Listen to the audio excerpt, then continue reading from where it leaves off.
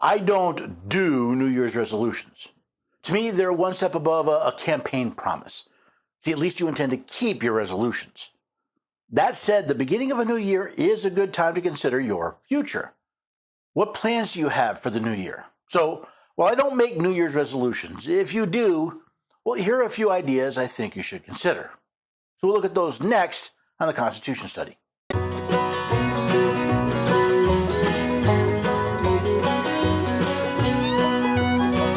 Neighbors and have a few good friends. Every day we're everyday Americans. Oh, every day we're everyday Americans.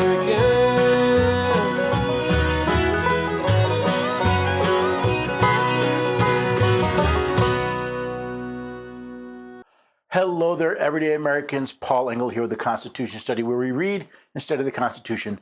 We teach our rising generation to be free. Happy New Year. Happy 2024. I hope you didn't overdo it last night, but I hope you're considering what 2024 might look like. Now, before we get into my suggested resolutions or other ideas, I'd love it if you'd head to the website, constitutionstudy.com, see what we're doing in 2024. Maybe join in. If you can support the work that we're doing, that'd be great. And I've got some examples of the things we'll be working on, but I'm going to save them to the end of the episode. So for now, let's take a look at my suggested resolutions. First, we have read the Constitution. I know, I sound like a broken record, but I believe reading the Constitution is something we should be doing at least once a year. In fact, if you read the Constitution 3, 4, or even 12 times a year, well, that would not be a bad thing. I agree with our first Chief Justice of the United States, John Jay. If you want to know when your rights are being violated and be prepared to defend and assert them, then read and study the Constitution of the United States. Now, if you're feeling really ambitious, how about reading both the Federalist and Anti-Federalist papers while you're at it? These were the essays published in New York newspapers discussing what the framers expected the Constitution to actually do and the concerns some of them had about the central government. If you're really looking to go deep, follow that up with reading the state ratification debates. Attend a boot camp. Even if you're not considering joining the Patriots program, I would recommend attending the boot camp. It's free, and you'll walk away with tools you can use today to defend and assert your rights. I'm considering doing a few of these boot camps online via Zoom this year. If you are interested, either sign up for one of my mailing lists or watch the website for the announcement. These Zoom boot camps will contain the same information as the recorded one currently available, but it will offer you an opportunity to ask questions and get feedback. Meet your sheriff. Believe it or not, the most powerful law enforcement officer in the county is not the state police, the FBI, or any federal agency, but your sheriff. Now, shortly after moving to Middle Tennessee, I set up a meeting with the sheriff in my county. At first, he was confused because I wasn't there to complain about anything. I wanted to meet him outside of any campaign, just to know a little bit more about the man. During our meeting, I told him what I wanted to know was if anyone from my house calls 911, I wanted to be sure the deputy that showed up was trained that their first and primary responsibility was to protect the rights of everyone involved. The good news, at least for me and the others in my county, my sheriff agreed. I told him that if he protects our rights, well, then I would have his back. Granted, I have a unique set of skills. I can teach his deputies or write a position paper on the Constitution. I told him I would also stand with him at a press conference or testify to the constitutionality of his actions. Have you ever talked to your sheriff? Ever made sure they understood what you expected from them? More important, have you let your sheriff know you've got their back? If you expect your sheriff to protect your rights, is it too much to ask that you will back them up when they do so? Okay, so maybe you don't think you could write a position paper, but you can stand by them during a press conference, offer to speak up at a county meeting, or just help in any way possible. Imagine what it must feel like for a sheriff, knowing that if they do anything controversial, the media, politicians, and yes, the public will be after them. How good would it feel to know that if they fulfill their oath to support the constitutions of their state and of the United States, at least some of the citizens of their county will back them up? Now let's think about our future. Our children will grow up in the world we leave for them. What will your children learn about themselves, our history, and this country?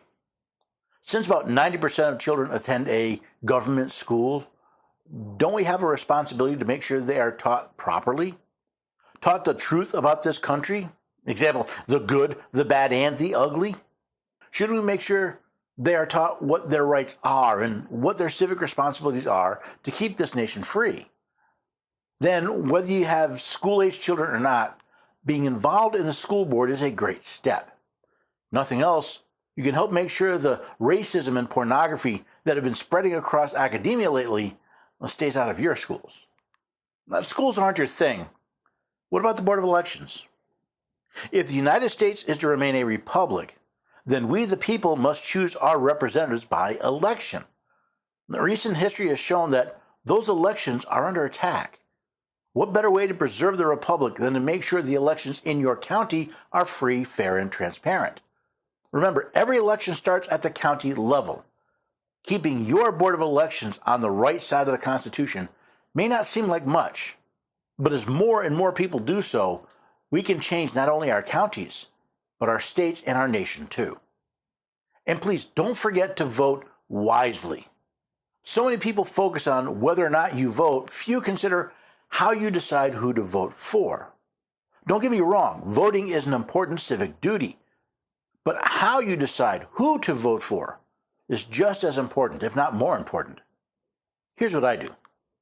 When anyone asks for my vote, I start by asking them one question. Show me when you did something to fulfill your oath to support the Constitution when it cost you something. I'm looking closely not only at what they say, but how they act.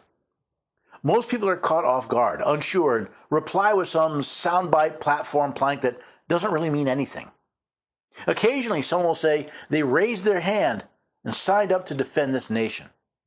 But most people are all talk and no action. To me, it's not what you say, but what you do that really matters. As we look toward the chaos of the 2024 elections, if you make resolutions, please resolve to vote wisely. Not just this year, but in all future years. If you are making New Year's resolutions, I hope you'll consider some of these ideas. If you, like me, don't make resolutions, I still hope you'll consider these things you can do to help restore liberty and justice to all. Remember, as President James Garfield said at this nation's first centennial, now more than ever, the people are responsible for the character of their Congress. If that body be ignorant, reckless, and corrupt, it is because the people tolerate ignorance, recklessness, and corruption. If it be intelligent, brave, and pure, it is because the people demand these high qualities to represent them in the nation's legislature. If the next centennial does not find us a great nation, it will be because those who represent the enterprise, the culture, and the morality of the nation do not aid in controlling the political forces. In the middle of our third century, just as it was at the end of the first, the character of not only our Congress, but of our state legislature, our governors, and our county office holders is our responsibility. I hope you'll take that responsibility seriously. As we all look forward to 2024, I hope you'll consider some of my suggestions. The idea is not to simply sit back and bemoan the troubles that are coming, but to do whatever we can to help, to do something to make this country just a little bit better. I know working at the county level doesn't seem like it'll do a lot, but it will make your county better, which means it'll make the lives of you and your family and your neighbors better. And as we spread this idea to more and more counties and more states, well, this idea grows. Now, you can help me do that in a couple of ways. One, head to the website, constitutionstudy.com, and spread the word. Sign up for a mailing list, maybe buy a book, or just look around and see what's interesting. Maybe check out the Pagers program. But do me a favor, share this information. I'm getting more and more feedback that people are having a hard time finding the Constitution, probably because it's being suppressed by certain social media outlets. You can help bypass them by sharing this information directly, direct to the website. If you have ideas and suggestions, well, that'd be great as well. There are a lot of things I'd like to do in 2024 and beyond that, well, right now, a little bit out of my reach. Anything you can do to help would be great. Most of all, as we look at 2024 and beyond, I ask that you not give in to the despair that so many seem to have. realize there is something we can do. We can defend and assert our own rights. We can improve our local situation. And really, that's better than doing nothing, because that's really our choice. 2024 is not only the beginning of a new year, but it's a new set of possibilities. The future is up to us. I hope you join us as we try to spread these seeds of freedom and liberty so that America can be a better country tomorrow than it is today. I also hope you come back and join us here the next time we meet at the Constitution Study.